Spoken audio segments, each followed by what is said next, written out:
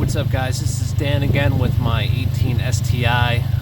I decided to make a new video, which is going to be a 6-month kind of review, overview, feedback, what I think of the car since I bought it brand new in June. Currently it's December, obviously, soon to be January, soon to be the new year. And I've had the car roughly 6 months, put about 5,000 miles on it. I love it. It's been a fantastic driver. It held up through the one snowstorm we had so far. It's just a fun all-around car, and although I've had a lot of fun, it's not perfect. No car is perfect in my eyes, and I'm just going to go over some highlights, some issues I've had, and the 5,500 miles I put on it, and what I love about it. So first and foremost, obviously I got the car brand new.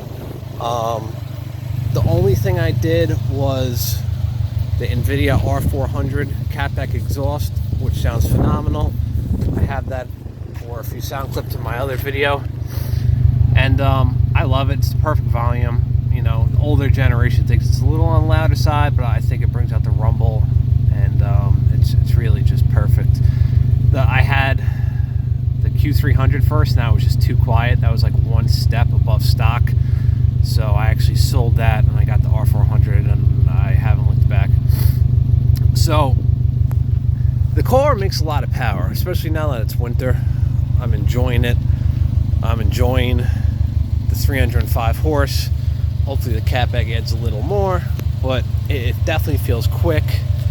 Coupled with the all-wheel drive, in the rain this thing never spins. It obviously never spins on dry pavement. It just grips and it goes. It's phenomenal. That being said, like a month into ownership, that is, I had the hunger for more power, and I bought an NVIDIA catted downpipe, and I bought the tuner, Cobb access port. The reason I went with the catted downpipe is for inspection purposes. I didn't want to check engine light. I know it could be clear with the access port, but I also didn't want any funky smells, any fumes, so I was happy with the high flow catted downpipe, and I wound up installing it at my job with the tuner. So this is the issue one I had with my car, or the first issue I should say.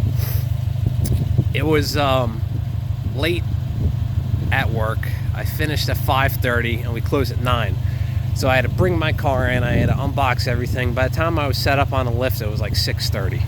It was my first time doing this. I did do it myself, but I managed to install the downpipe myself and I tuned it. Once everything was put in, it was literally like 8:59, and my colleagues were rushing me to get out. I work at a dealership, by the way, so that's why I obviously did it there. But yeah, it got late. They were rushing me to get out, and this is when I just plugged in the access port. So I was in a rush.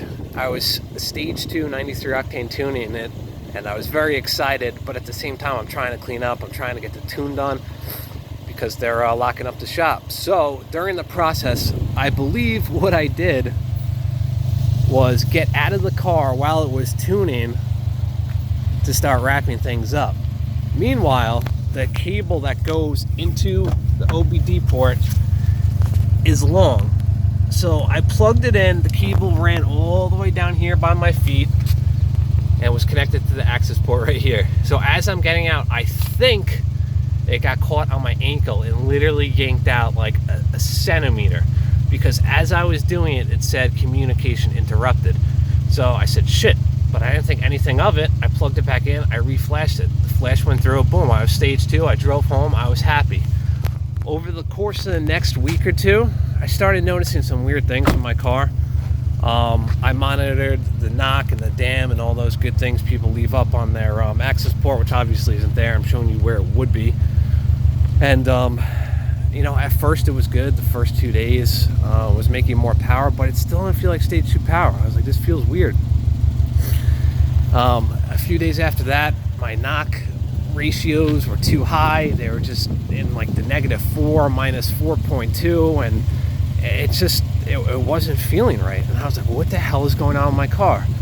So I tried to fine tune it. I changed the wastegate maps, and I was driving around my fiance one day, and the check engine light finally came on like a week and a half later. And I was like, oh shit, what happened? This must be tuner related. I only did the tune a week ago. So fortunately, the tuner scans it, and it turned out I had a bad camshaft position sensor on the left-hand side. So I'm like, that's weird. The car only had 3,000 miles. I looked into it. I looked on the forums. I Googled it. It was such a pain in the dick to get to. It's under the intake manifold. And I wound up squeezing a tool back there. I got the connector off. I cleaned it. I readjusted it. I bought one from Advanced Auto Parts, but I gave up on trying to replace it because you have to actually take off the whole intake manifold. And I was like, I ain't doing this on a brand new car. I'll take it to Subaru. So I'm thinking, is this tune related? Because the tune worked for a week, no problems. But let me take my chances. So fortunately, I know a service advisor at Subaru near me. I was honest with him. And I said, listen, I tuned the car. What should I do? He's like, okay, leave the downpipe in. Fortunately, you have a catted downpipe. If it was uncatted, that really wouldn't help your situation. But he said, take the tuner out and, you know, just leave everything else as is. Long story short, my car was there for nearly a month, 3 weeks. They replaced the camshaft position sensor, said they fixed the car. I was like, great, it only took a day. I went to pull it out of the shop. Check engine light came right back on with another check engine light. Turned out, came down to two things. The engine harness, which is attached to the camshaft position sensor harness, or the PCM. So I'm like, I don't think it's the PCM. I mean, if the tuner failed to connect, then it would just fry the PCM right away or lock it out or do something like that. Long story short, it was the PCM, and they did warranty it. I got lucky. I was honest with them. It was a brand new car. I bought it from them. And I removed the tune. So they said, listen, we'll warranty the $1,000 PCM and we'll cover all the warranty labor. Just pay to have the stock downpipe, which I kept, thank God, put back in. So $200 later, which is not bad at all, I'll take it. I had a brand new PCM and I actually went back to stock and left the cap back on. I don't know what happened. I sent the access port to Cobb. They tested it. They ran diagnostics. They said it was fine. Personally, I think I was being a dumbass and I was in a rush, and that's all it takes.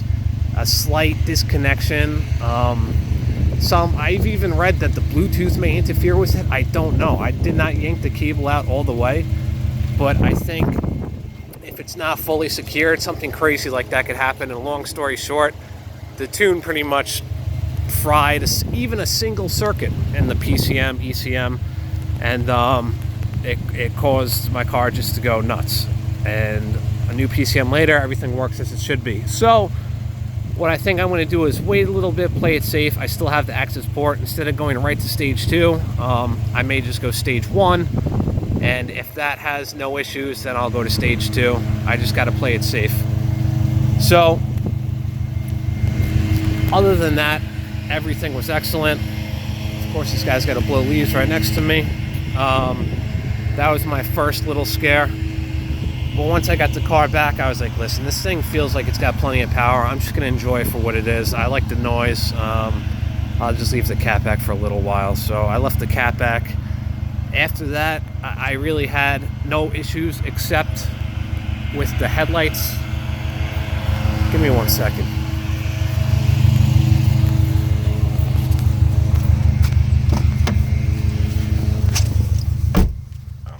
Listen to a leaf blower in the back this whole video.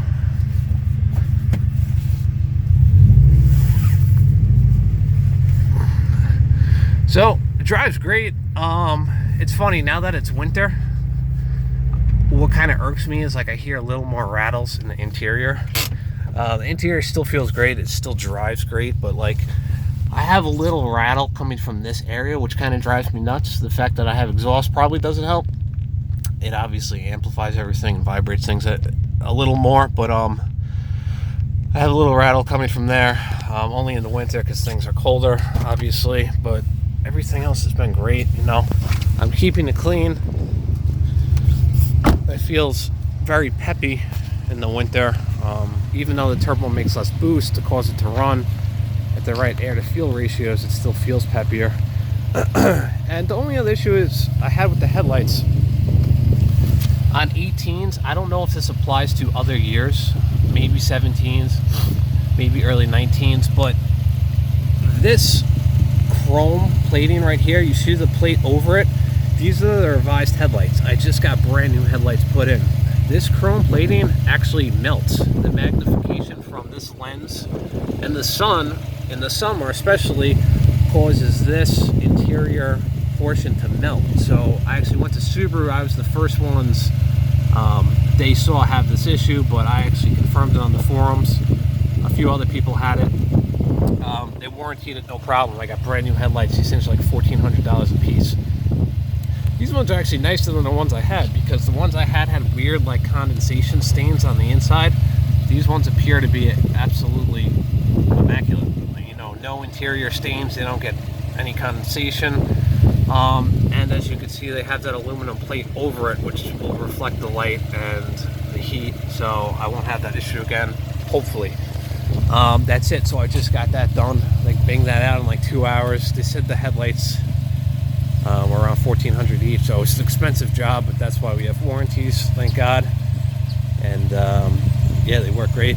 So car's been good. Like I said, I've been keeping it clean. I try to wash it at least once a week. I use McGuire's spray-on quick spray wax, so I do a thorough cleaning.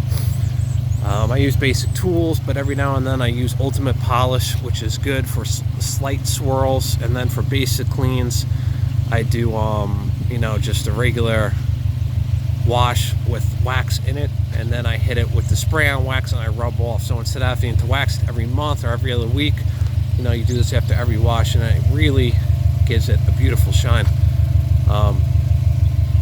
Yeah, look at that. I obviously just washed it, but you could tell it's the red's just awesome. It gives it a nice deep glossy shine. Despite the paint looking fantastic, Subaru paint is kind of crappy, I must say. I mean, you can look at it, it'll scratch.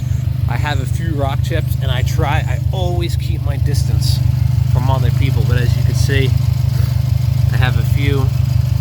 Doesn't want to zoom, but I have a few basic rock chips. Nothing crazy. Is it frustrating? Yes, but at the end of the day, it's a car. It happens. That's just the nature of driving. So, you know, that's really it. I love the car to death. It's fun. It stands out. It's loud enough, but not obnoxiously loud. It sounds fantastic for a 4-cylinder. And like I said 6 months ago when I made my initial review video, it's about the driving experience. That's why I bought this car. And I really have not grown tired of driving it. It's a head turner. It just feels, it has the right amount of power. Could it use more? Yes. But I have the access port, and I'll revisit that one day. But as of now, stock power with the catback, I'm content. Definitely content. And I see so many of these cars, they've been molested. They've had people beat on them. They've had too many things done to them, which makes them look cheesy, but I ultimately like it how it is, even with the simple mod. And you know, I really like the car. Would I get another STI after this one?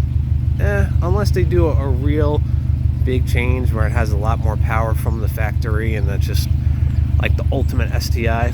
Probably not. I mean, I like changing it around, but am I happy with this for a couple of years? Definitely. And that's saying a lot, because I usually switch my cars like every 6 months. So the brakes have been great. They do collect a lot of brake dust, but they feel great. They're literally lifesavers. I mean, if you got to slam on the brakes, these things are going to stop you. The tires seem great. The tread wear is good.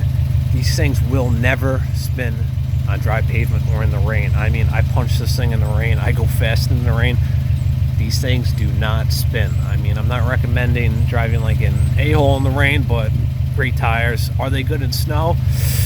No, they're summer tires, but we did have a snowstorm, like almost 6 inches in November. It was very early. No one was ready for it, and I did manage to get home.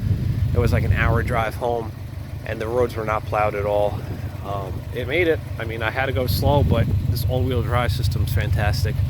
So even with summer tires, you know, you can make it. It's not recommended, but you just got a great all-wheel drive system. So I forgot to mention, I also added the OEM STI lip. Comes on the Type RAs. This was like, I got the OEM one because fitment matters, clearly. This thing fits absolutely perfect. You know, I just drilled into the bottom. It matches up, no gaps. Looks totally mint.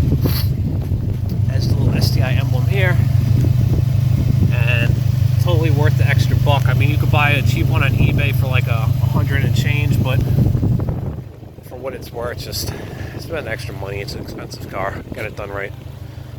So that's really it. That cat back.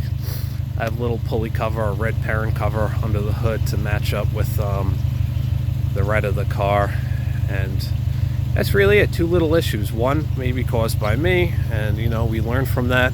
And the other thing, a little Subaru defect, but they took care of, and they have a better version, which is the headlights. So I'm still enjoying the car a lot. I need to get winter tires. Thankfully, it's pretty much January. It hasn't snowed, but I'll get around to that. So that's it, and thank you for watching.